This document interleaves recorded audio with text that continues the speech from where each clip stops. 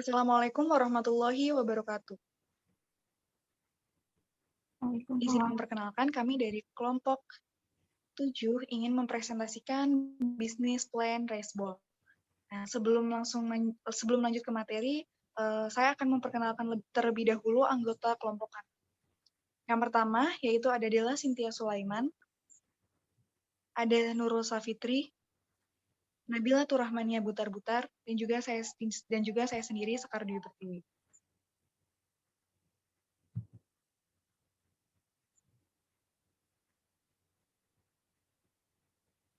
Materi yang pertama akan disampaikan oleh saya sendiri, yaitu Executive Summary. Raceball termasuk jenis makanan yang bisa dimakan setiap waktu, dengan berbagai macam lauk pauk dan juga sayur pilihan dan juga potongan ayam yang dimasak kemudian disajikan dalam satu mangkok yang berisikan ayam tersebut dan juga sayur. Makanan Raceball ini dimasukkan ke dalam mangkok kecil yang cukup untuk dalam satu kali makan.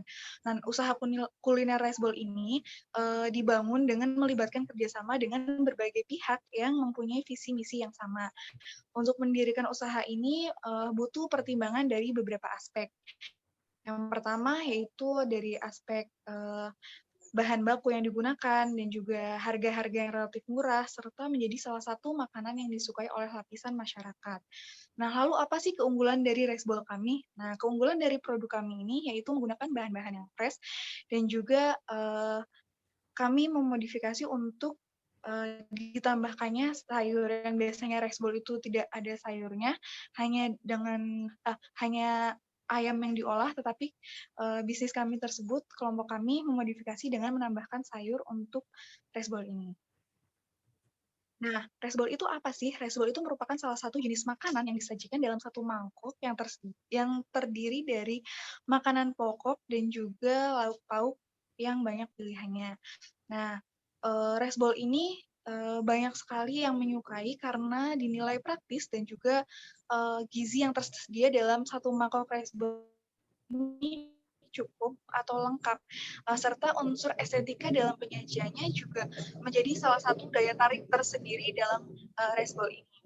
Nah, kemudian tadi sudah dijelaskan bahwa kelompok kami memodifikasi Raceball ini dari segi rasa yang menyesuaikan lidah masyarakat Indonesia dan juga packaging yang unik serta harga yang terjangkau. Baik, untuk materi selanjutnya yaitu Value Proposition Design dan juga Business Model Canvas dan juga SWOT Analysis akan dijelaskan oleh rekan-rekan saya. Untuk yang pertama yaitu Value Proposition Design akan dijelaskan oleh rekan saya yaitu Nabila Turahman yang Butar-Butar.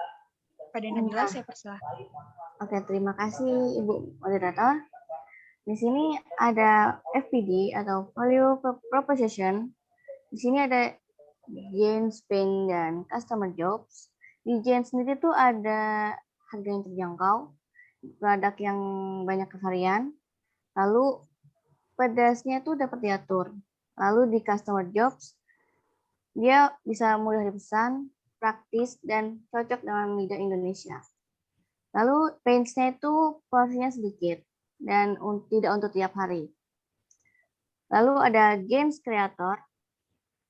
Di games creator ini produk tersebut tuh harganya terjangkau, memiliki tingkat kepedasan, lalu packagingnya higienis dan tampilannya menarik. Selanjutnya ada product service, itu pemesanan bisa melalui WA atau IG. Lalu ada tersedianya pelayanan pesan antar dan gratis ongkir. Selanjutnya ada pain relievers. Kita melakukan penjualan dengan sistem PO dan juga akan ada nanti di event-event tertentu secara offline. Dan produk yang kita gunakan semuanya berbahan dasar fresh. Selanjutnya saya serahkan ke moderator kembali. Baik, terima kasih kepada rekan saya Nabila. Selanjutnya di sini ada GFOM yang telah ada survei yang telah kami lakukan kepada 55 responden.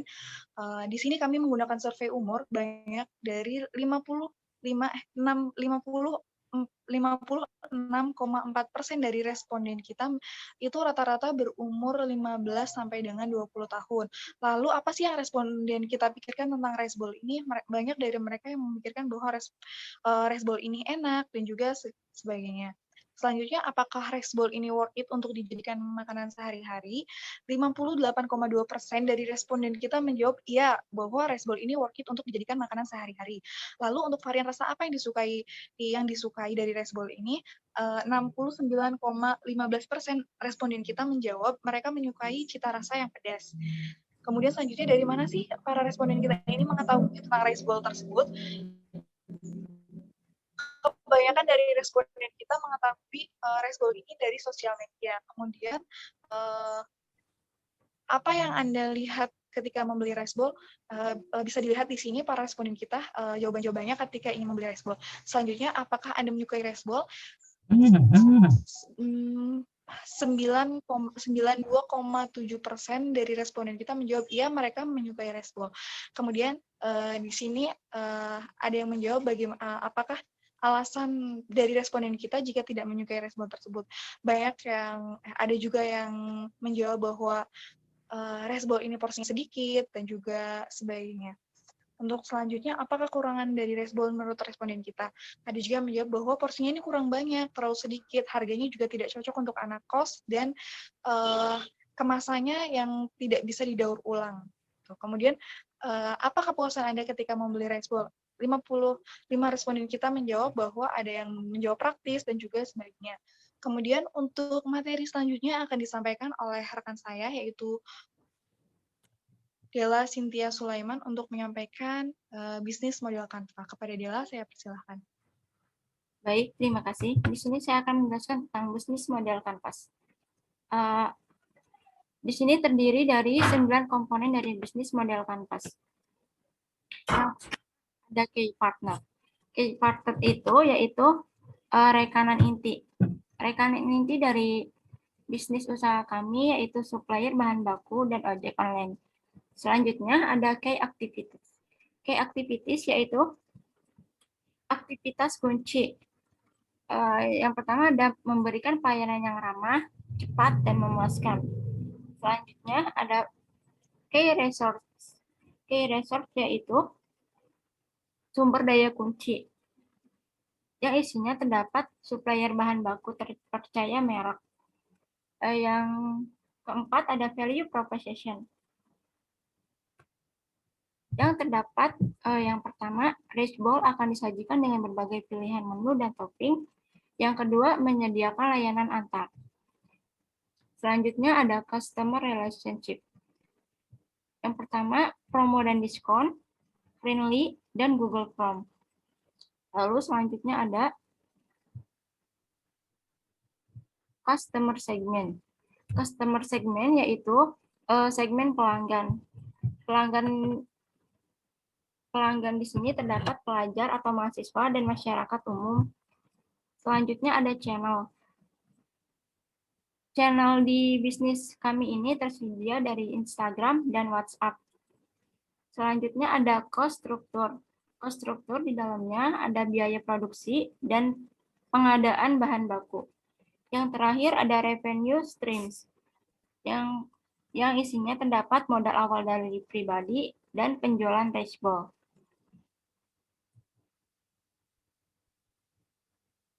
Selanjutnya saya serahkan kembali kepada moderator. Baik, terima kasih untuk rekan saya, Della Cynthia Sulaiman. Selanjutnya yaitu materi tentang SWOT akan disampaikan oleh rekan saya, Nurul Safitri.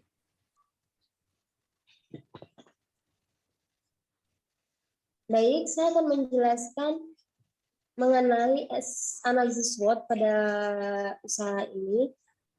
Nah, analisis SWOT itu sendiri terdiri dari yang pertama S itu strength itu kekuatan, weakness itu kelemahan, opportunities itu peluang, serta threat itu ancaman.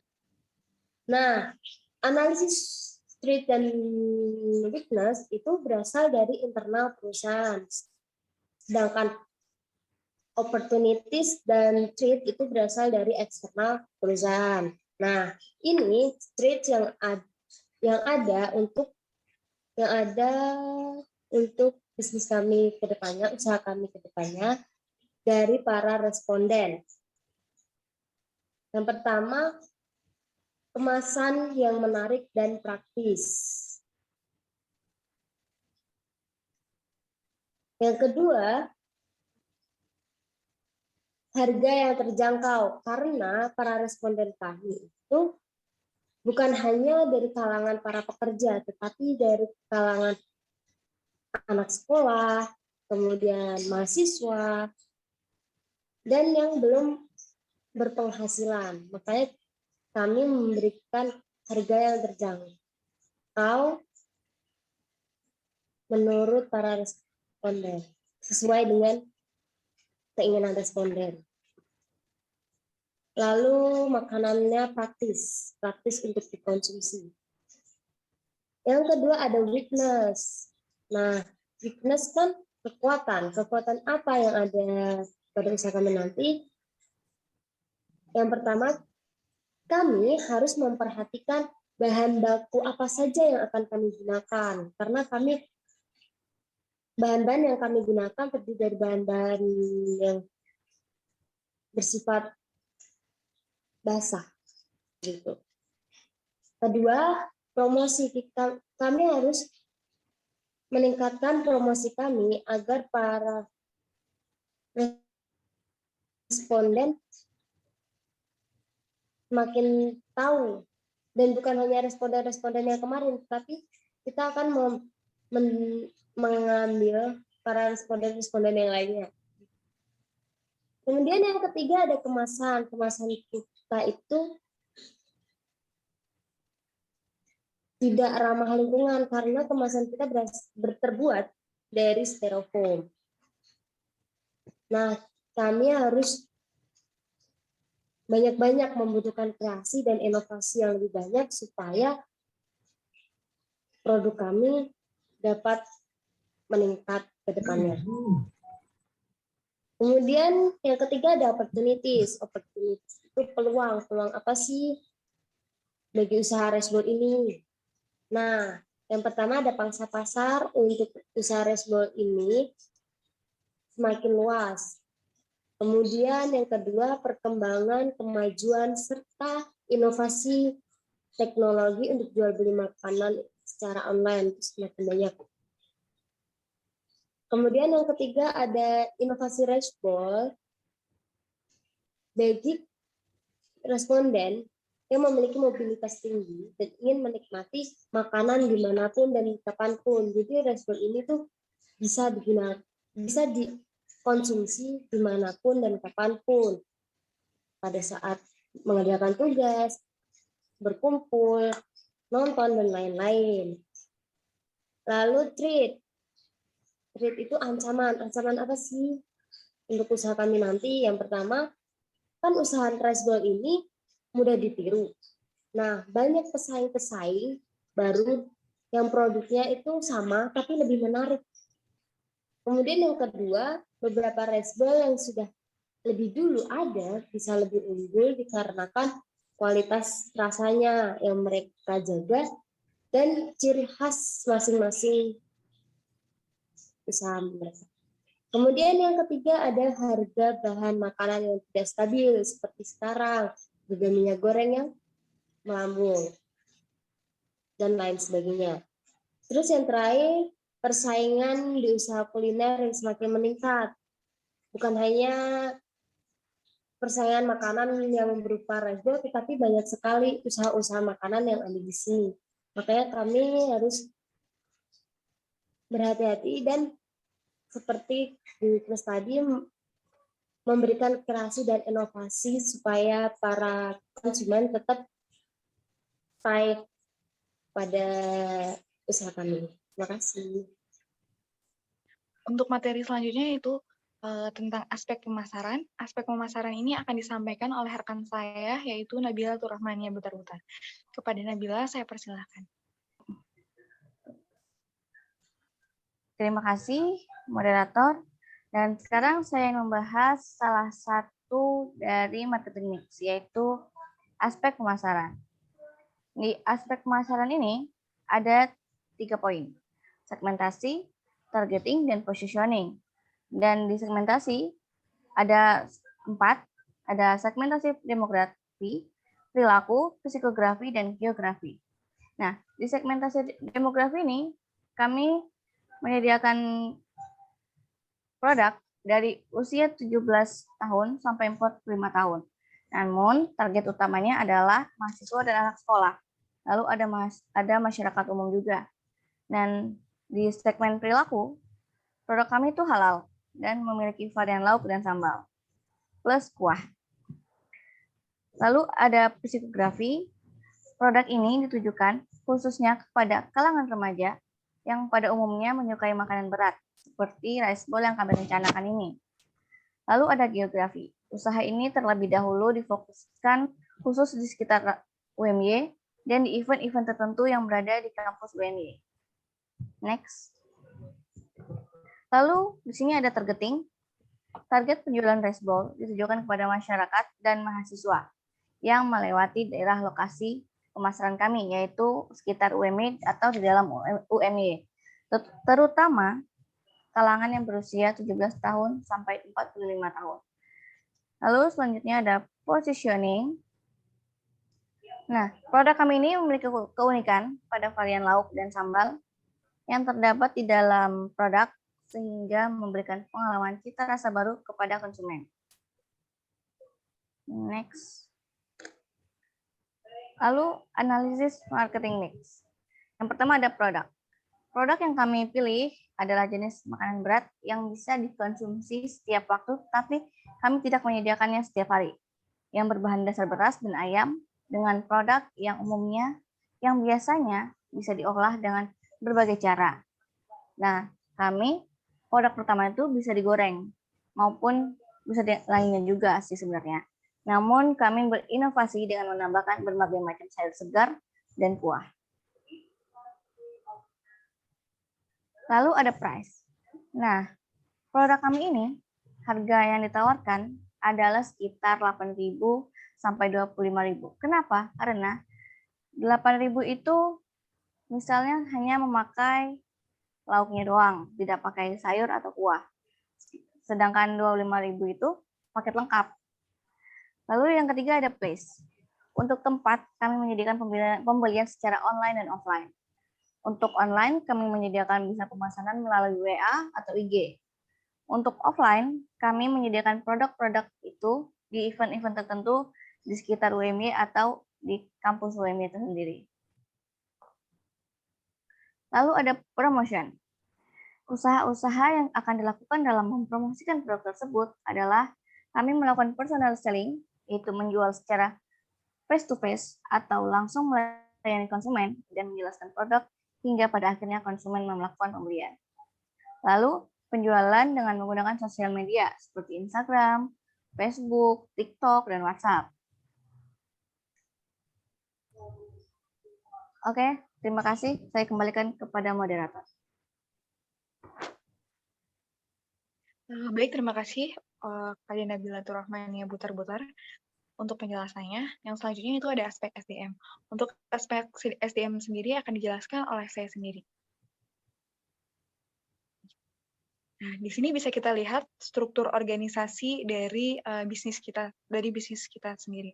Yaitu untuk ketua ada rekan saya yaitu Nabila Turahmania Butar-Butar, dan juga untuk karyawan satu yaitu sebagai penanggung jawab produksi ada saya sendiri Skardio Pertiwi. Dan yang kedua adalah ada karyawan 2 sebagai penanggung jawab pemasaran ada rekan saya yaitu Dela Cynthia Sulaiman, dan juga karyawan 3 sebagai penanggung jawab keuangan yaitu rekan saya Nurul Safitri. Selanjutnya, apa sih job desk masing-masing dari anggota tim kami? Yaitu yang pertama adalah Nabila Turahmania Butar-Butar, yaitu sebagai ketua, yaitu yang bertugas untuk memimpin dalam tim dalam mencapai tujuan suatu organisasi atau tujuan dari usaha yang kita buat tersebut. Selanjutnya, yaitu bertanggung jawab penuh atas segala kegiatan yang berkaitan dengan jalannya usaha yang sedang kita jalani. Selanjutnya ada saya sendiri atau Skardio Pertiwi penanggung jawab produksi, yaitu untuk tugasnya sendiri mengelola proses produksi, bagaimana memproses atau mengelola lauk rice bowl dan juga memasaknya dan juga pemilihan bahan baku dan sebagainya. Kemudian yang kedua yaitu melakukan distribusi produk jadi. Ketika resbol itu sudah jadi, lalu kita mendistribusikan kepada penanggung jawab pemasaran. Kemudian yang selanjutnya yaitu ada Della Cynthia Sulaiman, yaitu sebagai penanggung jawab pemasaran. Untuk uraian tugasnya sendiri yaitu melaksanakan penyusunan riset pasar dan juga strategi pemasaran seperti promosi dan strategi harga. Untuk promosi sendiri yaitu tadi sudah dijelaskan oleh rekan saya, bisa menggunakan media sosial dan juga sebagainya.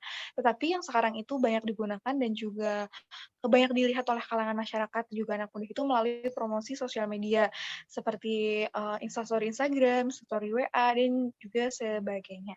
Untuk selanjutnya yaitu mencari dan mengumpulkan informasi pasar dan yang berhubungan dengan segmen pasar. Nah, untuk selanjutnya itu ada rekan saya, Nurul Safitri, yang bertanggung jawab atas keuangan, yaitu untuk uraian tugasnya mengelola dana atau keuangan usaha yang sedang kita jalani. Kemudian yang kedua yaitu melaksanakan tahap penggunaan dan pemeliharaan kas agar tetap lancar dan juga terjaga untuk proses produksi selanjutnya. Kemudian di sini ada job specification, yaitu apa sih job dari masing-masing dari struktur organisasi yang saya sebutkan di atas tersebut. Untuk ketua itu bertanggung jawab atas segala kegiatan usaha dan memiliki wewenang untuk mengatur jalannya kegiatan usaha, lalu mengamati dan menganalisis gimana sih dalam melaksanakan praktek usaha ini, apakah ada kejanggalan dan sebagainya macamnya. Lalu untuk penanggung jawab produksi yaitu bertanggung jawab atas bidang produksi seperti menanak nasi untuk rice bowl, membuat lauk untuk rice bowl-nya, pemilihan bahan bakunya, dan juga cita rasa yang diciptakannya sendiri.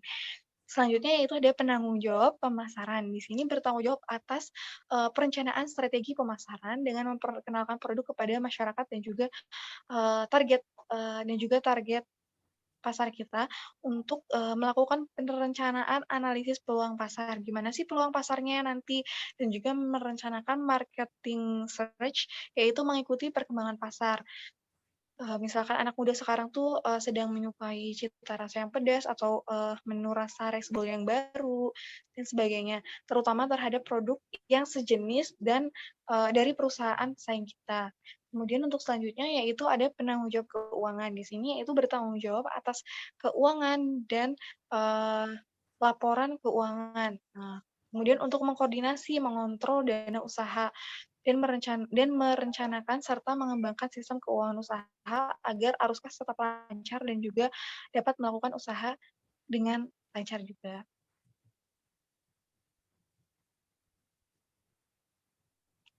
Oke, untuk selanjutnya itu ada teknis operasi. Untuk teknis operasi itu sendiri akan dijelaskan oleh rekan saya, yaitu Della Cynthia Sulaiman. Kepada Della, saya persilahkan. Baik, terima kasih. Di sini saya akan menjelaskan tentang mengenai teknik operasi. Yang pertama ada proses produksi. Proses produksi yang dilakukan oleh usaha kami atau kelompok kami yaitu dilakukannya dengan sistem pre-order atau usaha kami ini tidak tersedia untuk setiap harinya. Yang kedua yaitu ada strategi lokasi. Lokasi rice bowl ini di area kampus. Pada saat event tertentu dan lokasi inti dari penjualan rice bowl ini berada di kos tepatnya di Gamping, Yogyakarta.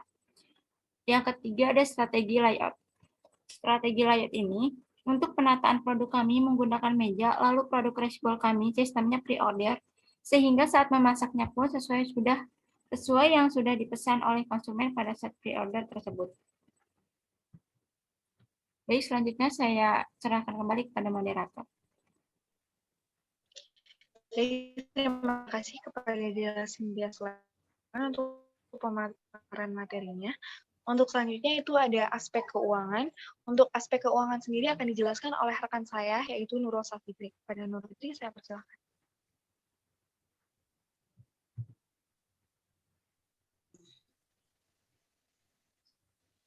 Baik, terima kasih atas kesempatan moderator.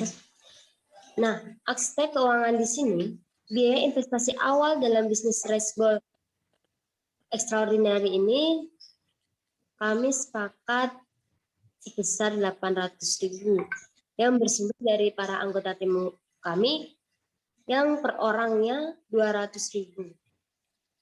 Lalu teruntuk analisis biaya penetapan harga, BEP, PPM, ramalan penjualan, dan estimasi laba.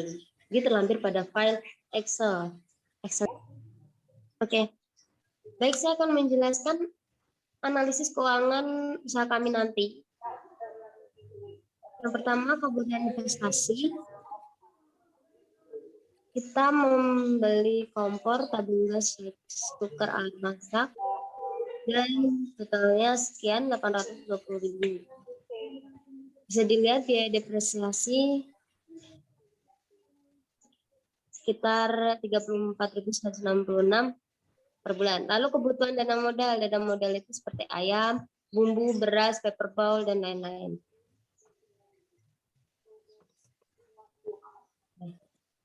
Jadi total kebutuhan dana yang kami keluarkan itu sebesar 1.182.000.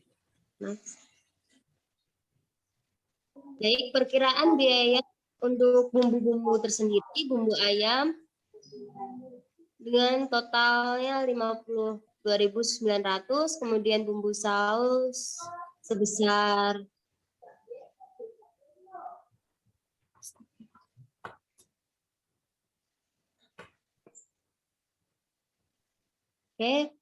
bumbu ayam itu sendiri kita mengeluarkan biaya sebesar 52.900, kemudian pengeluaran untuk bumbu sausnya itu sendiri sebesar 299.800.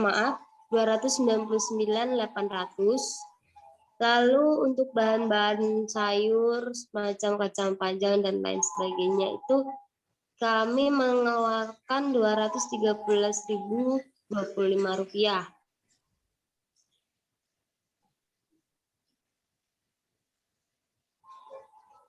Lalu untuk nasi dan minyak goreng, nasi per kilonya itu 10.000. Jadi kami membutuhkan 5 kilo untuk 50 porsi. Kemudian minyak dengan harga 49.400 untuk HPP itu sendiri. Nah, bisa kita lihat HPP yang akan kami gunakan nanti, keluarkan nanti.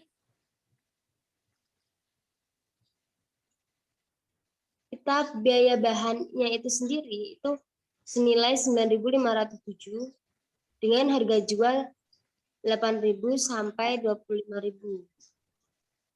Lalu variabel cost-nya, biaya bahan bakunya senilai 9.507, fixnya untuk sewa lahan, biaya listrik, biaya telepon, biaya transportasi, biaya ATK, gaji pegawai, kemudian depresiasi, itu semuanya total biaya tetapnya senilai 364.166.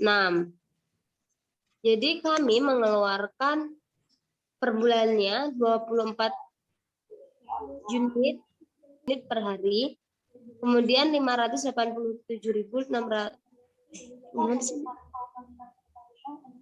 Oh iya deh.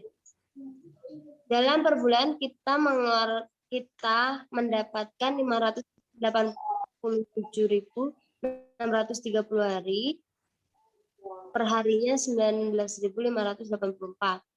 Untuk selanjutnya saya serahkan kepada moderator. Terima kasih. Baik, terima kasih untuk rekan saya Nurul Safitri untuk penjelasannya. Mungkin sekian presentasi dari kelompok kami mengenai bisnis plan dari Resbol kami tersebut. Terima kasih atas perhatiannya. Assalamualaikum warahmatullahi wabarakatuh. Waalaikumsalam.